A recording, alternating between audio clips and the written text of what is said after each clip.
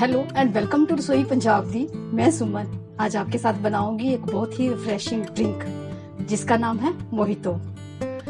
नींबू और पुदीना दोनों ही गर्मियों की सौगात हैं।